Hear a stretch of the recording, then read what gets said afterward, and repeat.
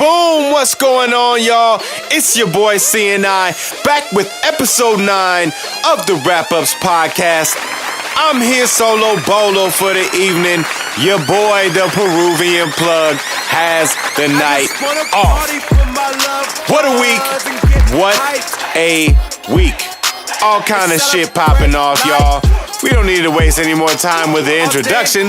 Let's get right into it. All day, all night. Free your boy Soldier. Free Soldier Boy. Apparently, he is free of his own recognizance after probation of violation, after a female went to police and reported that she was held hostage by Soldier Boy for more than 6 hours in his garage. The police did a preliminary search of his residence and found ammunition, which is in direct violation of his probation agreement. When he got out, he had to say, "I ain't going out like your boy 6ix9ine." Not quite sure what that means, if he's somehow implicating that one of his boys left some ammunition around, but he ain't snitching, he ain't saying no names. Good for him. Your boy Kodak wants all the smoke with Sticky Fingaz. This is a wild claim, y'all. This is some wild accusation right here. Apparently, Kodak is saying that while on tour, Sticky Fingaz came into his bus one evening and the two had an altercation of sorts.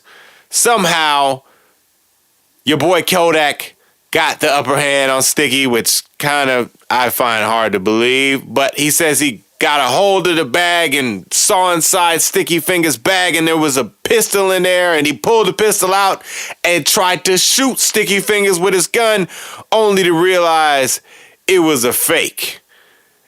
And then Sticky Fingaz went running into the night, claims Kodak. I don't know about this one, guys. Not too sure that I believe anything about this particular story, but it'll be interesting to hear what Sticky has to say. In other Kodak-related news, apparently he tried to shoot his shot with Young M.A. That's right. He's trying to turn a lesbian back into a straight female. Not quite sure what his intention was with this. Maybe Kodak has a new album coming out and he is trying to get all the publicity that he can, because this guy is out here wilding. But I love Kodak. One of my favorite new artists. I don't know, man. This is a wild one right here. But your boy Kodak, man, love the kid. Definitely doing his thing out here. Now, let's get into the story that everybody has been waiting on. The smoke. The real incident that took place this last week. The mugging and the brutal altercation between some individuals in the Bronx and YBN Almighty J. His assault. Man. Jay Prince, all that he's been able to accomplish, not just for Southern hip-hop, but for hip-hop as a whole, especially coming from the standpoint of an independent hip-hop label. Rap-A-Lot Records has made a huge impact on the hip-hop community. So it was kind of a bit surprising to me to find a situation like this occur, but you don't know just how the younger goons these days, how far they're willing to go to make a name for themselves. Look, the old guard is gone and out of the way. I don't think there's any question about that anymore. I think that you have to kind of expect and anticipate that if an individual gets snatched up these days, in order to protect their own freedom, they're willing to switch sides and cooperate with police and tell them everything. Where they auntie live, where they uncle live, where they mama live, where they grandma live, what they got in the closet, what they got hidden in the drawer. They don't care. They have no morals. They have no code anymore. It doesn't exist. So when I saw the assault video of what happened with YBN J Almighty, or excuse me, YBN Almighty J, I wasn't entirely surprised. I was actually more surprised to find out that Jay Prince was backing him. I didn't know that. And look, if you're going to go somewhere that is not affiliated with those individuals that you have backing you, the OGs that are in your corner, then you got to have security. You know, we did whole episodes on this. We don't have to rehash this, but if you got a house worth of jewelry around your neck and your hands and things, then you got to expect the unexpected, right? So I'm not too surprised about the robbery. I am a little surprised about how far they took the assault when I guess they caused him permanent damage to his face, stabbing him with a Hennessy bottle and a knife or something like that. So it did go really far.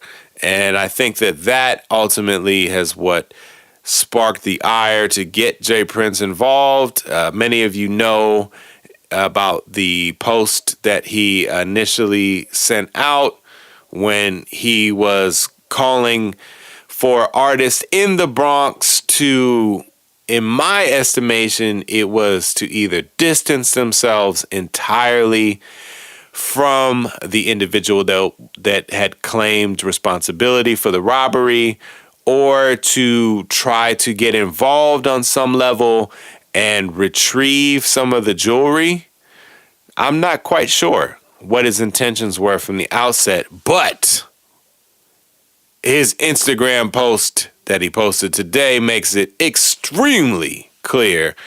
He says, I want to take the time to clarify my message to the people I tagged on my previous post. Funk Flex, my son General, Fred the Godson, UNP 1523, I am Cardi B, Hocus 45th, Corey Guns, Fat Joe, The Real Swiss, Remy Ma. He says, let me make myself clear. I was never asking any of y'all for help in any capacity. I don't need you, I don't know you, or trust any of y'all to do anything concerning the streets for me. With that being said, I witnessed a clown campaigning, bragging, and snitching on himself on a public video about robbing industry people in your backyard. So I took it upon myself to alert the ones I have respect for. It is clear to me that went over some of y'all's heads. Just for more clarity, I've been having ties in the Bronx and throughout New York for a long time. And now it's gotten even stronger with my youngsters. So don't give any of the people I tag credit for what others earn, because they are strangers to me other than the music. To all of you so-called gangster clowns, there's a time and a place for everything, and I'm going to give y'all what y'all asking for. To all of you trying to narrow down my message to me wanting to chain lacks the depth of understanding that real street niggas have. That's why you are all squares. There's a movement taking place by the timid and the weak that wants to change the meaning of strong to weak and the meaning of weak to strong. My track record speaks for itself, so I won't lip wrestle with y'all punks. I notice a lot of young men on the East Coast that like to invite men to suck on their private parts, then call themselves gangsters, but real men don't invite other men to suck their dicks unless they're gay. I guess if the man you're asking to suck on you say, okay, you gonna get naked? Now that you know better, hopefully you punk ass niggas will do better. Or maybe it feels good being a punk ass nigga, ? Whew. Look, the OG calling for some action, y'all. And I'm not saying who should do what or how that's all supposed to go down, but let me put it to you like this. If a situation like what happened in the Bronx took place in Oakland, California, J. Prince need only reach out to a couple of individuals and the whole situation would have resolved itself. Now, I'm not saying anything, I'm not implying anything, except that the real recognize the real.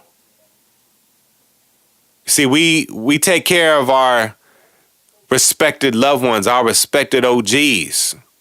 The West and the South, everybody knows we got a very deep connection.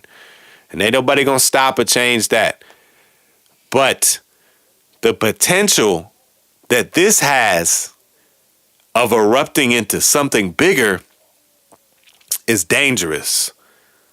I think we all remember the coastal feuds of the past, and I would caution that anybody who has the gumption or the desire to refute or to bring to a cease anything that could cause disruption amongst our hip-hop community, which is fractionated to some degree.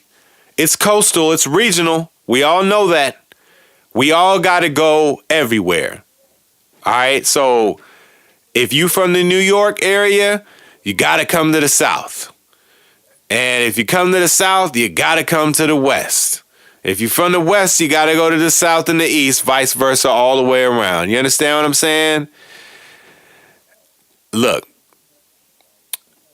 everybody's got goons in their area that are going to try to make a name for themselves.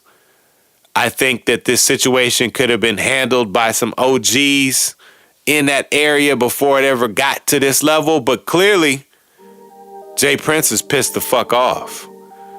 And somebody gonna have to answer some questions that they might not want to answer, but they gonna get resolved regardless. This situation can be resolved, y'all. It doesn't need to go any further. We can bring this to a head. We can bring this to a peaceful resolution. And that's what I would like to see happen. Respect the OGs, y'all. They're not going nowhere. They're not going away. And they got more power, clearly, than a lot of sucking niggas is willing to give them credit for. But don't take my word for it. Find out the hard way. That's going to do it for this episode of Rap Upz. I am your boy, CNI. If this is your first time here at Rap Upz, click that subscribe button, click that notification bell so you can be part of the notification gang every time we release a new podcast or a new video on YouTube or wherever you are consuming this podcast. I will see y'all next time right here, only on Rap Upz.